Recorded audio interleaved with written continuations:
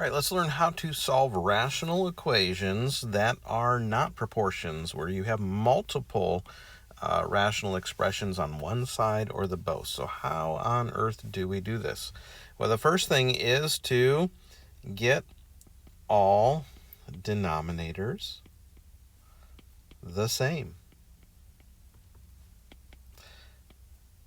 Then all you're going to do is solve the numerator equation. That's not going to be too hard, hopefully. And then check for extraneous solutions at the end. Remember to check for these extraneous, which are values that cause the denominator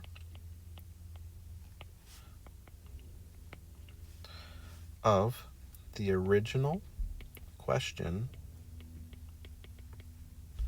to be 0. Remember, denominators are not allowed to be 0, so we have to watch for those values. Okay, so here's an example in the upper right corner. We might as well just go ahead and solve this one right here.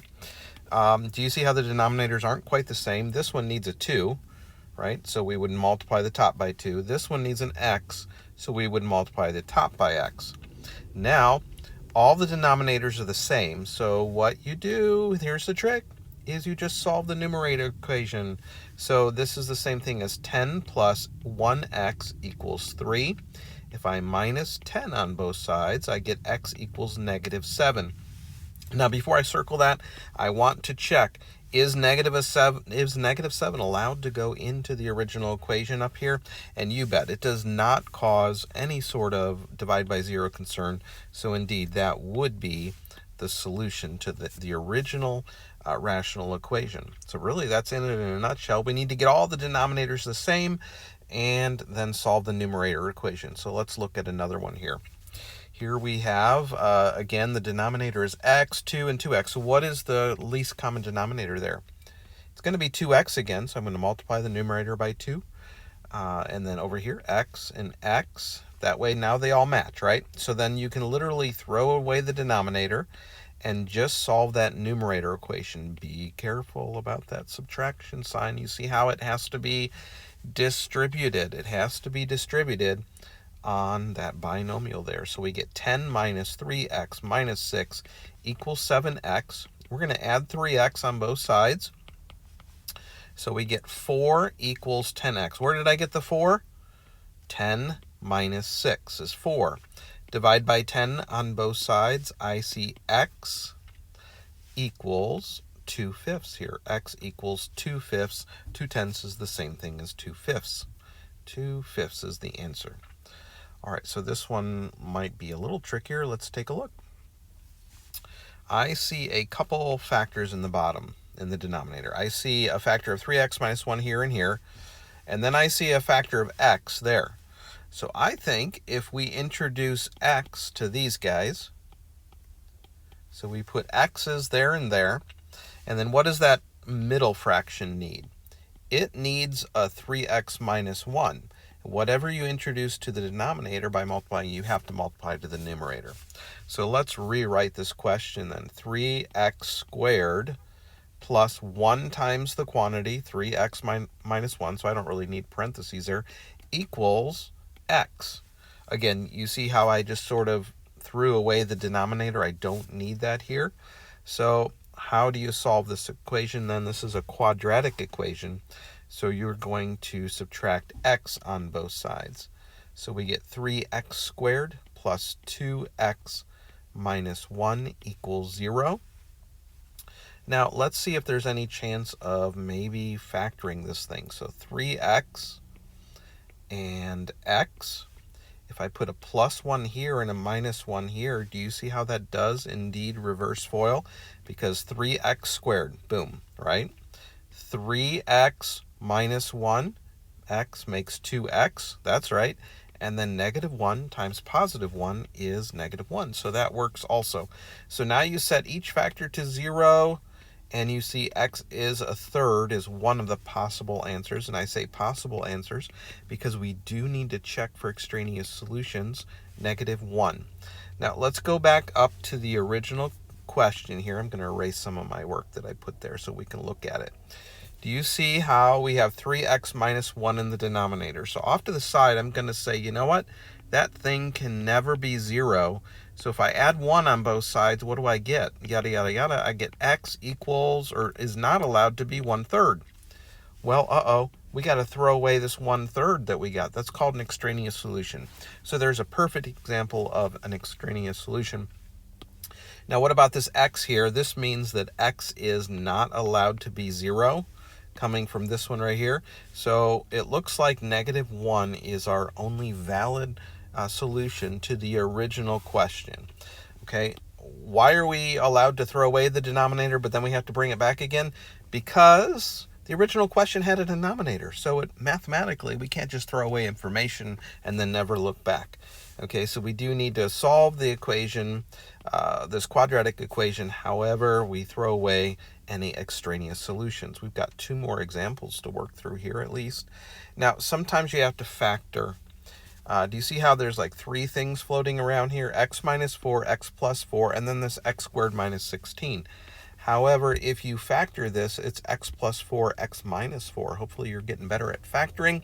You see there's really only 2 things floating around. There's x plus 4, and then there's x minus 4. So we just have to make sure that every single fraction has those factors. So this needs an x plus 4, which means you introduce an x plus 4 at the top.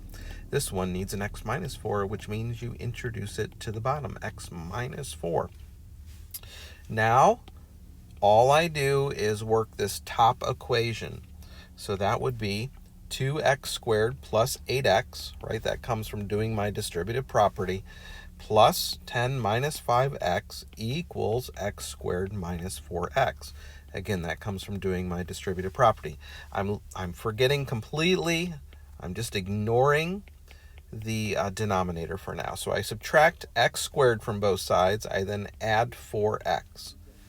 X squared plus 12x plus 10 minus 5x equals 0. Let me go ahead and merge that 5x in there. So I get x squared plus 7x plus 10 equals 0. Make a little room here for you. Whoops. X plus 5, x plus 2 is how that factors. See, at the end you want to factor. Okay, you factor so that you can discover the possible answers. X equals -5 and x equals -2 are possible answers. So let's go back up to the original question. X minus 4 is not allowed to be 0, so x is not allowed to be 4. X plus 4 is not allowed to be 0, so x is not allowed to be -4. So we're good there. We did not get either of those those answers. So we have 2 solutions to this original rational equation here. It had 3 kind of scary looking fractions.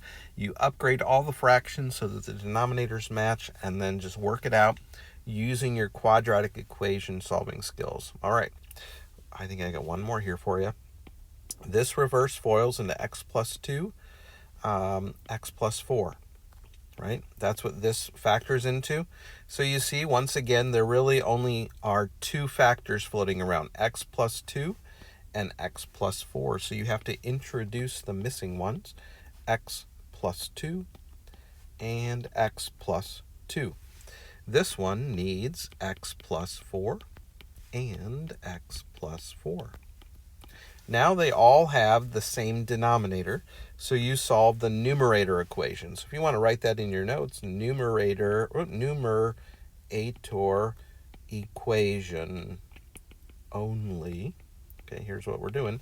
2x times the quantity x plus 2 plus 7x plus 12. I'm just showing a little more work on this one. Now, I am going to FOIL that out there, okay? So x squared plus 5x plus 4. You're probably wondering, why would I FOIL it out if it was nicely factored? Well, we have to get all the terms combined. So everything has to be multiplied out before we can factor and solve it. Boy, I'm having troubles writing and talking, I guess.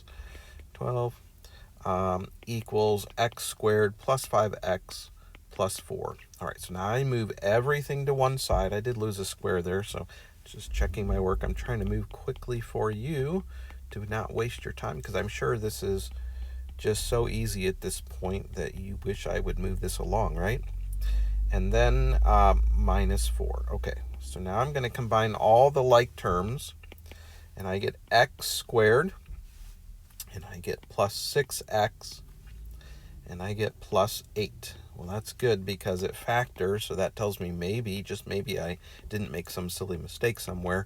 So I get x is negative 4, x is negative 2. Now, is that allowed?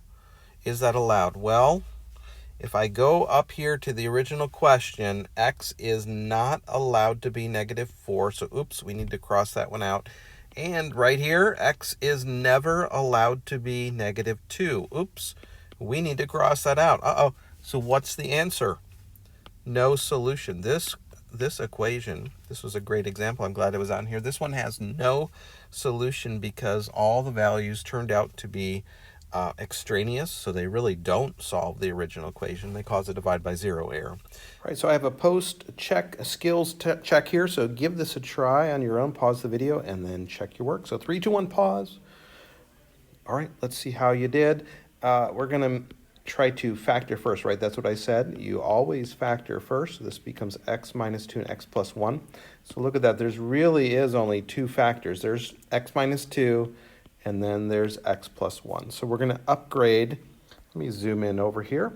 So we're going to upgrade all the fractions here to match. So we get x minus 2, and then this one will need an x plus 1 and an x plus 1. So now all the denominators match, so I can really just solve the numerator equation here, which is 5 parenthesis x minus 2 plus 3 parenthesis x plus 1 equals 4. So that's 5x minus 10 equals 3x plus 3. Sorry, not equals, but plus 3x plus 3 equals 4. That's 8x minus plus... Boy, I'm having a lot of trouble here, aren't I? Minus 7 equals 4. So if I add 7 on both sides, I get 8x equals 11. So x equals 11 eighths, which is kind of a weird answer. But if you notice, it is allowed to plug in because the only values that we have to stay away from, these are called the possible extraneous solutions, would have been x is not allowed to be 2, x is not allowed to be negative 1. All right, so hopefully now you can say, well, I can solve just about any rational equation by getting all the denominators the same and then solving the numerator equation. And I also understand what extraneous solutions are and how to find them. You just set each denominator factor equal to 0, and then you go from there. All right, good luck, and until next time.